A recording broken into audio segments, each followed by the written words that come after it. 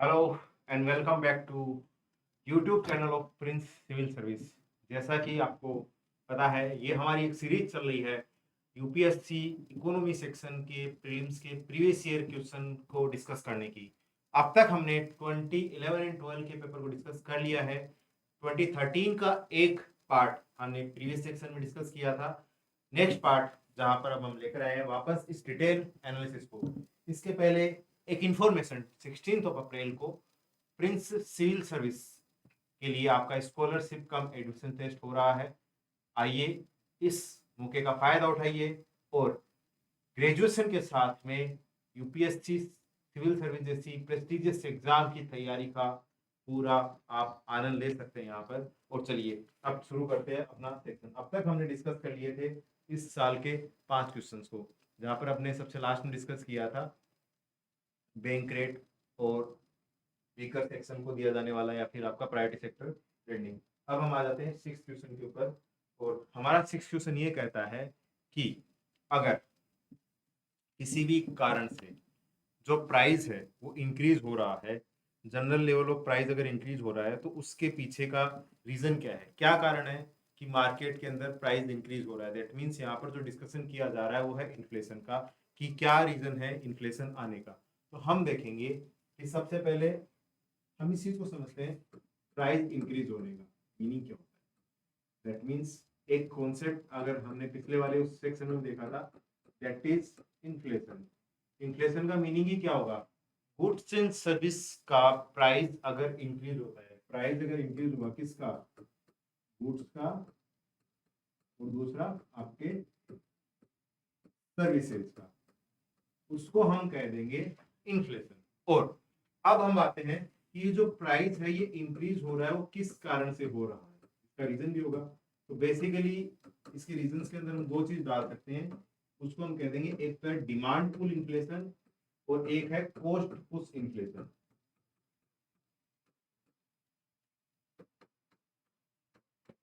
अगर किसी प्रोडक्ट की मार्केट के अंदर डिमांड इंक्रीज होती जा रही है लगातार, तो उस केस के अंदर हम कह देंगे डिमांड पुल इन्फ्लेशन। अब क्वेश्चन ये आता है कि जो डिमांड पुल इन्फ्लेशन है इसके पीछे का कारण क्या है। तो यहाँ पर हम देखेंगे, हो सकता है मार्केट के अंदर जो लोग हैं जिनके पास में एक्स्ट्रा अमाउंट ऑफ मनी आ गया है, दैट मीन्स मनी सप्लाई अगर इंक्रीज हो गया है, तो उस केस में हम कह देंगे कि डिमांड इंक्रीज हो जाएगी। मनी सप्लाई किसी भी रीजन से हो सकता है उनके पास एम्प्लॉयमेंट अपॉर्चुनिटी ज्यादा, हो सकता है उनका इनकम इंक्रीज हो गया हो सकता है बैंक्स के द्वारा जो लोन प्रोवाइड किया जा रहा है वो चीप रेट पे दिया जाने लगा हो। तो ऐसी किसी भी कंडीशन में हम कह देंगे कि मार्केट के अंदर मनी सप्लाई इंक्रीज हो जाएगा और इस तरीके से अगर डिमांड इंक्रीज होगी तो ये एक इन्फ्लेशनरी कंडीशन लेकर आएगा। इसको हम कहेंगे मनी सप्लाई इंक्रीज होने के कारण या फिर डिमांड के कारण होने वाला इन्फ्लेशन। दूसरा है cost push inflation. Cost push का मीनिंग क्या हो गया, जब हम बात करेंगे इन्फ्लेशन की, कॉस्ट का मीनिंग हो गया land, labour, capital and entrepreneur. इन चारों केस के अंदर अगर किसी भी कारण से अगर इंक्रीज होता है इन चारों का प्राइस, तो हम कह देंगे कॉस्ट इंक्रीज हो रहा है। लैंड का मीनिंग कोई भी नेचुरल रिसोर्सेज, लेबर अगर लेबर अपना चार्ज, जो लेबर चार्ज है उसको इंक्रीज कर दे। जो कैपिटल, कैपिटल का मीनिंग है अगर मार्केट, अगर आपको प्रोडक्शन करना है तो उस केस में आपको इन्वेस्टमेंट करना होगा, अगर उसके ऊपर इंटरेस्ट रेट इंक्रीज हो जाएगा तो ये भी हो जाएगा। एंटरप्रेन्योर मतलब अगर उसको अपना प्रॉफिट इंक्रीज कर दिया तो ऐसा वो इन्फ्लेशन होगा, तो हम कहेंगे कॉस्ट पुश इन्फ्लेशन। अब आ जाते हैं वापस अपने सिचुएशन क्वेश्चन के ऊपर। क्वेश्चन ये कहता है कि प्राइस इंक्रीज हो रहा है, तो हमने देखा डिमांड पुल इन्फ्लेशन में मनी, अगर मनी सप्लाई इंक्रीज हो रहा है तो उस केस में डेफिनेटली क्या हो जाएगा, आपका इन्फ्लेशन या फिर प्राइस इंक्रीज हो जाएगा।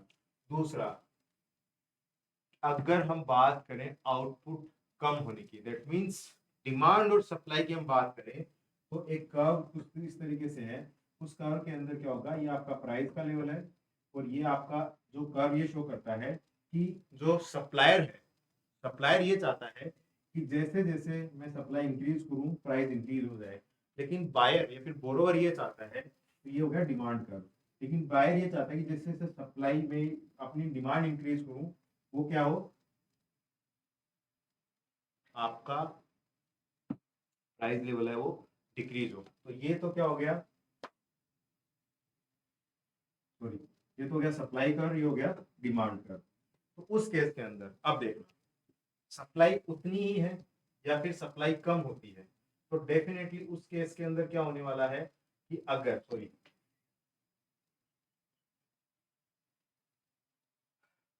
ये तो आपका सप्लाई कर्व है और ये है आपका डिमांड कर्व।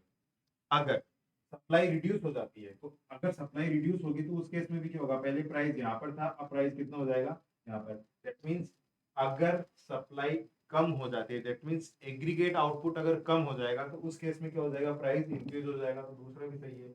तीसरा है इंक्रीज इन इफेक्टिव डिमांड। इसी के अंदर देखते हैं, ये डिमांड कर्व है, पहले डिमांड इतना था, अब डिमांड बढ़कर क्या हो गया आपका चेंज हो गया। तो अब डिमांड पहले यहाँ पर था, अब डिमांड इतना हो गया।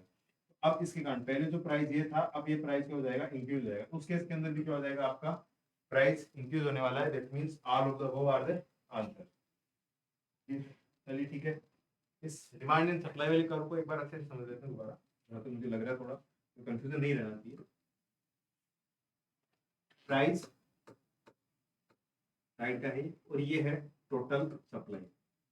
अब देखिए, जो प्रोड्यूसर होता है, जो सप्लाई कर रहा होता है, वो ये चाहता है सप्लायर कि जैसे जैसे मैं सप्लाई इंक्रीज करूं प्राइस इंक्रीज हो।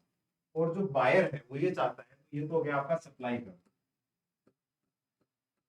तो बायर वो ये चाहता है जैसे जैसे मैं अपना डिमांड इंक्रीज करूं प्राइस क्या हो, डिक्रीज हो। तो इसको बोलते हैं डिमांड कर्व। और जहां पर ये दोनों चीजें मर्ज हो जाती है उसको हम कहेंगे प्रॉपर जो फाइनल प्राइस है वो। अब क्या होगा, अगर सप्लाई कम हो, दैट मींस एग्रीगेट प्रोडक्शन अगर कम हो रहा है, तो सप्लाई क्या हो जाएगा, रिड्यूस हो जाएगा। और सप्लाई रिड्यूस होने का मीनिंग है ये कर्व किस तरफ शिफ्ट हो जाएगा, लेफ्ट साइड में। अगर जब ये लेफ्ट पार्ट साइड में अगर शिफ्ट हो जाता है, तो उस केस में हम ये इसको हम ये भी कह सकते हैं कि कर्व किधर आ गया, लेफ्ट राइट साइड में। और यहाँ पर ये अब यहाँ पर बायर और सप्लायर, इन दोनों का ये जो है यहाँ पर मर्ज हो जाएगा।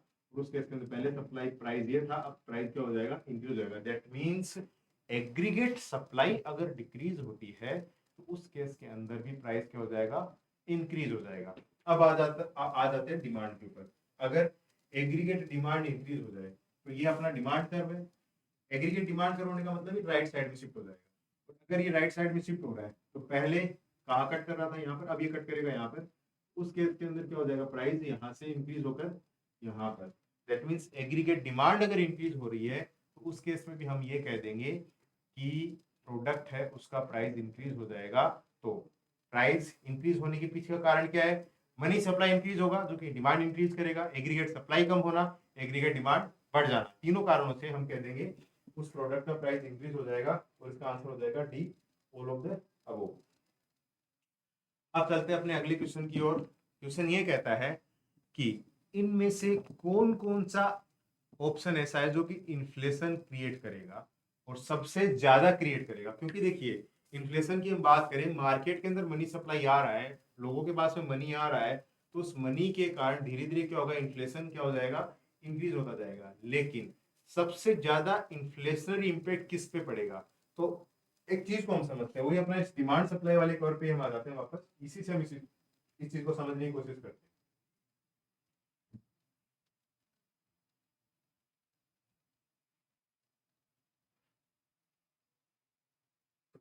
हमने देखा कि ये तो है प्राइस और ये है आपका सॉरी, और ये आपका सप्लाई, ये आपका बायर, ये सप्लायर। अब देखिए, बायर क्या क्रिएट करता है, डिमांड। अब क्या होगा, मार्केट में जो मनी है, मनी फॉर एग्जांपल मान लीजिए 100 यूनिट के लिए 100 यूनिट मनी है। दैट मींस हम एक एग्जांपल लेते हैं ओनियन का। मार्केट के अंदर 100 ओनियन थोड़ी एप्पल, 100 एप्पल्स है, और इस 100 एप्पल्स के लिए 100 रुपीज है। उस केस में हम कह सकते हैं पर एप्पल का प्राइस कितना हो गया, 1 रुपीज। लेकिन अब अगर मार्केट के अंदर जो 100 रुपीज है उसकी जगह हमने कितना कर दिया, मार्केट के अंदर 200 रुपीज। ऐसे केस के अंदर हम देखेंगे एप्पल तो उतनी ही है ना, एप्पल उतनी है, लेकिन मार्केट के अंदर price sorry money supply increase हो गया। अब पर एप्पल कितना प्राइस हो जाएगा, 2 रुपीज। दैट मीन्स मार्केट में एक्स्ट्रा मनी आने से एप्पल का प्राइस इंक्रीज हो गया, दैट मीन्स प्राइस का इम्पेक्ट सबसे ज्यादा किस पे होगा, सॉरी मनी जो प्राइस है उस किसका सबसे ज्यादा इम्पेक्ट होगा प्राइस के ऊपर, मनी सप्लाई कितना हो रहा है। अगर मनी सप्लाई ज्यादा होगा उस केस के अंदर प्राइस सबसे ज्यादा होगा। अब देखिए, अब आ जाते हैं इन ऑप्शंस के ऊपर वापस। हम बात कर रहे थे इस क्वेश्चन के अंदर कि अगर पब्लिक डेट, अगर गवर्नमेंट ने जो बोरो किया वो वापस रीपे कर दे, तो वो मनी पहले गवर्नमेंट यूज कर रही थी, अब वह मनी गवर्नमेंट ने किसको वापस दे दिया, पब्लिक को। मनी तो उतना ही है, मनी में कोई डिफरेंस नहीं आएगा, और बस अंतर ही आएगा कि गवर्नमेंट की जगह वो मनी बल्क में पब्लिक के पास में आ जाएगा, एक बड़ा अमाउंट, मतलब बड़ी लार्जर पॉपुलेशन के पास में आ जाएगा, तो वो ज्यादा डिमांड क्रिएट करेगा, लेकिन एडिशनल मनी तो नहीं आया ना, मनी तो उतना ही है। सेम चीज यहाँ पर होगा कि यहाँ पर तो क्या हो रहा था, गवर्नमेंट से पब्लिक के पास में, यहाँ पर पब्लिक से गवर्नमेंट के पास में।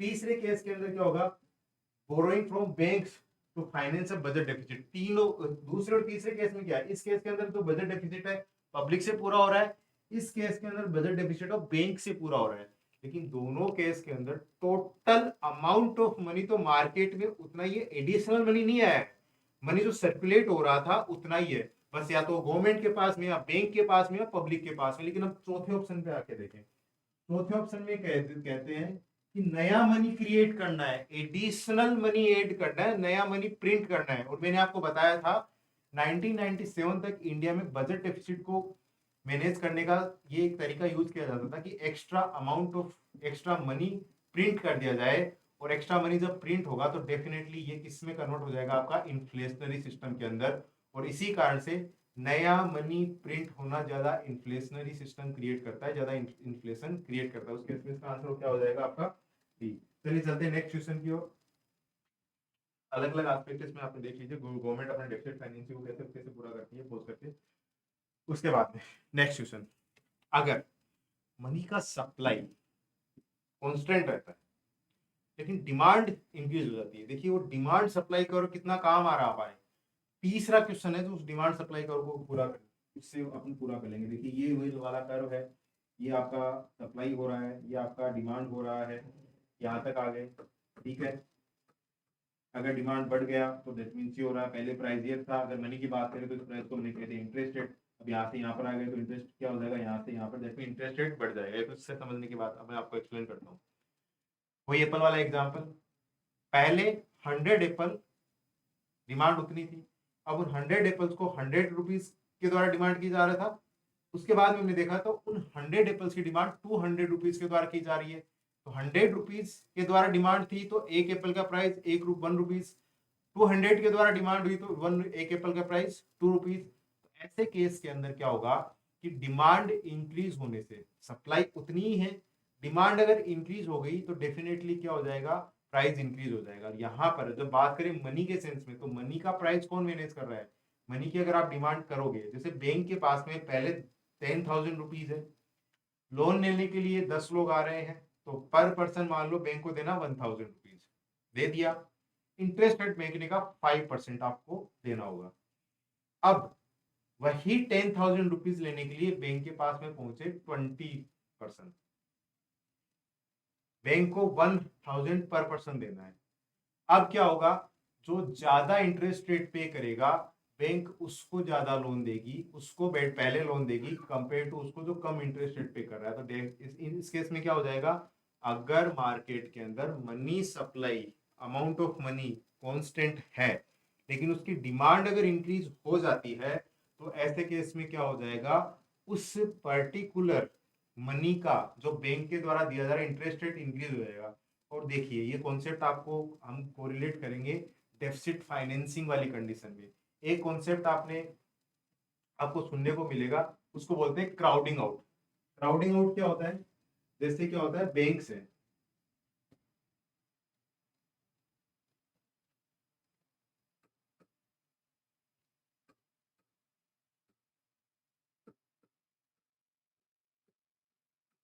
अब बैंक के पास में फिक्स अमाउंट ऑफ मनी है,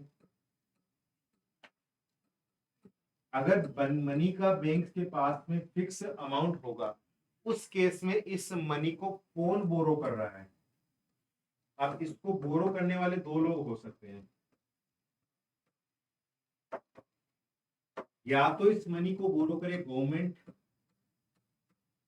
या फिर इस मनी को बोरो करे प्राइवेट सेक्टर। और हमको पता है अगर गवर्नमेंट डेफिसिट फाइनेंसिंग के केस के अंदर बैंक से मनी बोरो करता है, तो उस केस के अंदर यहाँ पर जो फिक्स अमाउंट ऑफ मनी किस तरफ शिफ्ट हो जाएगा, गवर्नमेंट के पास में। और इसी कारण से जब गवर्नमेंट ने इस फिक्स अमाउंट ऑफ मनी को अपने पास में ले लिया, उसको बोलते हैं क्राउडिंग आउट, मतलब ज्यादातर क्राउड किस तरफ शिफ्ट हो गया, गवर्नमेंट के पास में। और जो बचा जो क्राउड है, मतलब बचा जो मनी है, उसका डिमांड इधर ज्यादा होगा प्राइवेट सेक्टर के पास में, क्योंकि बहुत सारे सेक्टर्स, बहुत सारे लोग हैं। तो इस केस में क्या होगा, इंटरेस्ट रेट इंक्रीज हो जाएगा। अब देखिए क्वेश्चन क्या है, क्राउडिंग आउट, लेकिन क्वेश्चन यूपीएससी ने पूछा कैसे है, बिल्कुल सिंपल मैकेनिज्म के थ्रू। एक सिंपल, अगर आपका कॉन्सेप्चुअल क्लियरिटी होगा तो इस तरह के क्वेश्चन आप आसानी से कर ले जाओगे। चलिए चलते हैं अगले क्वेश्चन की ओर। ये आप इसमें इन्फ्लेशन के साथ में कोरिलेट करके दिया हुआ देख लेंगे, ठीक है।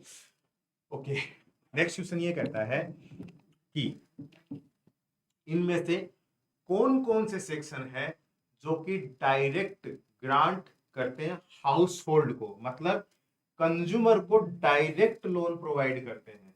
देखिए अब इसके अंदर आपको, वैसे मैं आपको आंसर बता देता हूँ, तो नाबार्ड है वो ये नहीं कर रहा होता। अब देखिए तीन ऑप्शन के अंदर ये भी कट हो जाएगा, ये भी कट हो जाएगा, और ओके ये थोड़ा शायद ठीक है, ये 1 and 2 है, तो हम इसको ये आंसर मान लेते हैं, ठीक है। ये 1 and 2 है, थोड़ा एरर हो गया प्रिंटिंग में, तो 1 and 2 आंसर हो जाएगा इसका। 1 and 3 मतलब नाबार्ड डायरेक्ट फाइनेंसिंग नहीं करता है, क्योंकि नाबार्ड का काम क्या है, नाबार्ड का काम है, नाबार्ड एक एपेक्स इंस्टीट्यूशन है स्पेशली रूरल एरिया के डेवलपमेंट के लिए, जहां पर उसका एग्रीकल्चर सेक्टर और इंडस्ट्रियल सेक्टर को कैसे प्रमोट कर सकते हैं, कैसे एग्रीकल्चर सेक्टर और micro small and medium enterprises rural area के अंदर उसको आगे बढ़ा सकते हैं, उसके लिए एक एपेक्स इंस्टीट्यूशन के फॉर्म में काम करता है, जो कि commercial banks, regional rural bank, cooperative bank और एनबीएफसी को लोन प्रोवाइड करता है, जो कि आगे फर्दर एग्रीकल्चर सेक्टर में और इंडस्ट्रियल सेक्टर जो रूरल एरिया के अंदर उनको प्रॉपर लोन प्रोवाइड कर सके। तो नाबार्ड का डायरेक्ट काम ये नहीं है, तो उस केस के अंदर नाबार्ड अगर नहीं है तो बाकी ऑप्शन आसानी से आप कर ले जाओगे।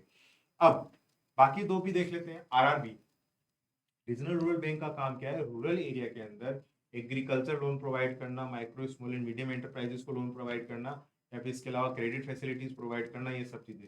Land development bank, land development bank क्या है, ये लॉन्ग टर्म लोन प्रोवाइड करवाता है,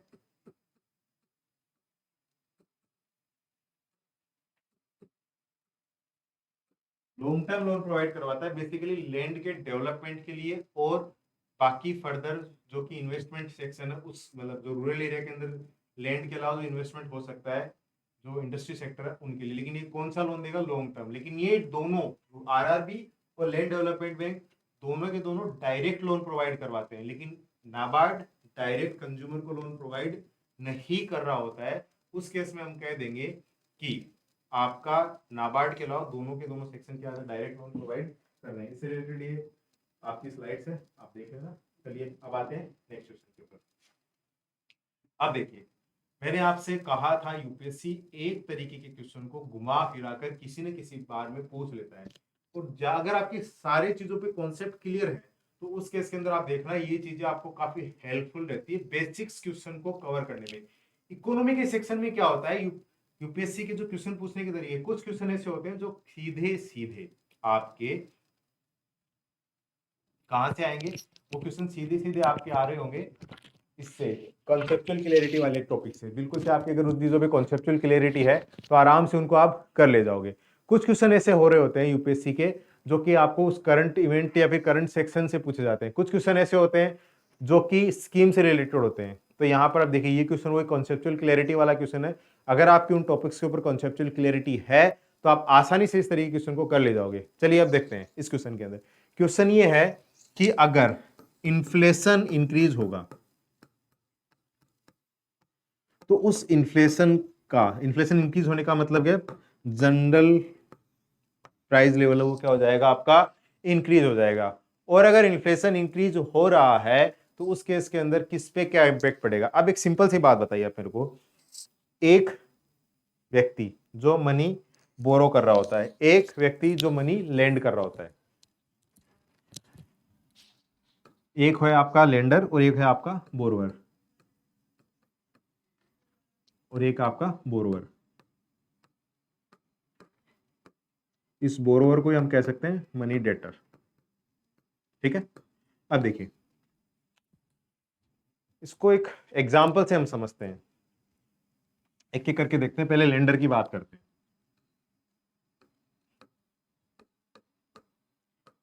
लेंडर वाले केस के अंदर मान लेते हैं जिसने मनी लेंड किया है उसके पास में 10,000 रुपीज, और ये मान लेते हैं कि पहले जब इसने मनी लेंड किया था उसके उस कंडीशन के पहले, मतलब जब इन्फ्लेशन नहीं था, तो उसने जिसको 10,000 रुपीज लेंड किया था, एक 10,000 के अंदर 1,000 पर यूनिट के अकॉर्डिंग ये मान लेते हैं 10 बेट परचेज कर सकता है, क्रिकेट बेट परचेज कर सकता है। ठीक है, तो कितने बेट परचेज किया? 10 क्रिकेट बेट। अब इसने दे दिया किसी को, यह आपका आ गया बोरोवर, यह है आपका बोरोवर, इसको हम कह सकते हैं डेटर। तो एक तरीके से क्या किया, इसने 10,000 इसको लेंड किया है, दैट मीन्स इसने 10 क्रिकेट के बेट लेंड किए हैं इस व्यक्ति को, बोरोवर को। ठीक है, अब आ जाता है इन्फ्लेशन। जैसे ही इन्फ्लेशन आता है, इन्फ्लेशन के कारण क्या हो गया, जो बेट है क्रिकेट बेट है इसका प्राइस इंक्रीज हो जाता है। अब कह देंगे ये जो क्रिकेट का बेट है जो पहले 1,000 में आ रहा था, अब 1,000 से कितने का हो गया, 2,000 का। तो उस केस के अंदर कितने बेट परचेज कर सकते हैं? 5, टोटल 5 क्रिकेट के बेट हम परचेज कर सकते हैं। ठीक है यहां तक। अब अगर 5 क्रिकेट के बेट अगर हमने परचेज किए, उस केस के अंदर अब ये इसको मनी वापस पे कर रहा है, तो अभी इसको कितना दे रहा है वापस? 10,000। तो कितना बेट देगा? 5। इसको कितना मिला? 5। पहले कितना आ रहा था? इसको देना पड़ रहा था 10 क्रिकेट के बेट, और अब वापस कितना देना पड़ रहा है? 5 क्रिकेट के बेट। मतलब जो मनी लेंडर है उसको तो हो गया लॉस, और जो बोरोवर है फिर डेटर उसको क्या हो गया? प्रॉफिट। पहली बात। दूसरी बात, जब हम बात करेंगे बॉन्ड की, तो बॉन्ड क्या होता है? बॉन्ड का मीनिंग होगा एक तरीके से ये काइंड ऑफ एक एग्रीमेंट है। उस एग्रीमेंट में क्या होता है, जो व्यक्ति बॉन्ड परचेज कर रहा होता है, जो बॉन्ड ले रहा होता है, वो एक तरीके से जिससे वो बॉन्ड ले रहा है उसको मनी देगा। मतलब जो बॉन्ड होल्डर होगा वो एक तरीके से लेंडर होगा, और जिसने बॉन्ड दिया है वो मनी का बोरोवर होगा, डेटर होगा। तो उस केस में क्या हो जाएगा, जिसने बॉन्ड परचेज किया है वो परचेज करने वालों को हम क्या कह देंगे? Bond holder. और जो बॉन्ड होल्डर है वो ही क्या है? आपका लेंडर। और देखा हमने पीछे देखा था, जो मनी लेंडर था उसको नुकसान हो रहा था। ठीक है, बॉन्ड होल्डर को भी क्या हो जाएगा? नुकसान होगा। अब आ जाते हैं अपने क्वेश्चन के ऊपर। देखिए, इन्फ्लेशन बेनिफिट द डेटर, बिल्कुल सही है, हमने देखा अभी। Inflation benefits the bond holder, बिल्कुल नहीं। हमने देखा बॉन्ड होल्डर क्या है, बॉन्ड होल्डर एक तरीके से लेंडर है, तो बॉन्ड होल्डर को ये नुकसान होने वाला है, तो ये गलत हो जाएगा, ये आपका सही हो जाएगा। और देखिए यही क्वेश्चन 2013 में था, और यही क्वेश्चन अभी 2022 के पेपर में था। तो आप देख सकते हैं इस तरीके से क्वेश्चन रिपीट कर रहा है यूपीएससी बार बार, और कॉन्सेप्ट तो बिल्कुल से डेफिनेटली यूपीएससी रिपीट कर रहा होता है। ये आपका इसके रिलेटेड स्लाइड है, आप देख सकते हैं, यहाँ तक था। Thank you very much. 2013 के हमने 2 पार्ट डिस्कस कर लिए हैं, आगे कुछ क्वेश्चन है उसको हम अगले पार्ट में डिस्कस करेंगे। थैंक यू, बने रहिए हमारे साथ प्रिंस एजू हब के इस यूट्यूब चैनल के ऊपर, और हमारी तरफ से सिविल सर्विस से रिलेटेड जो भी हेल्प है हम करेंगे, और उसके साथ में हमारे साथ आप आगे बढ़ते रहिए। और सबसे इंपॉर्टेंट बात, ग्रेजुएशन के साथ में आपको सिविल सर्विस की तैयारी करने का मौका मिल रहा है, ऐसा एक प्लेटफॉर्म आपको मिल रहा है, तो आप आइए उस प्लेटफॉर्म का लाभ उठाइए। Thank you very much.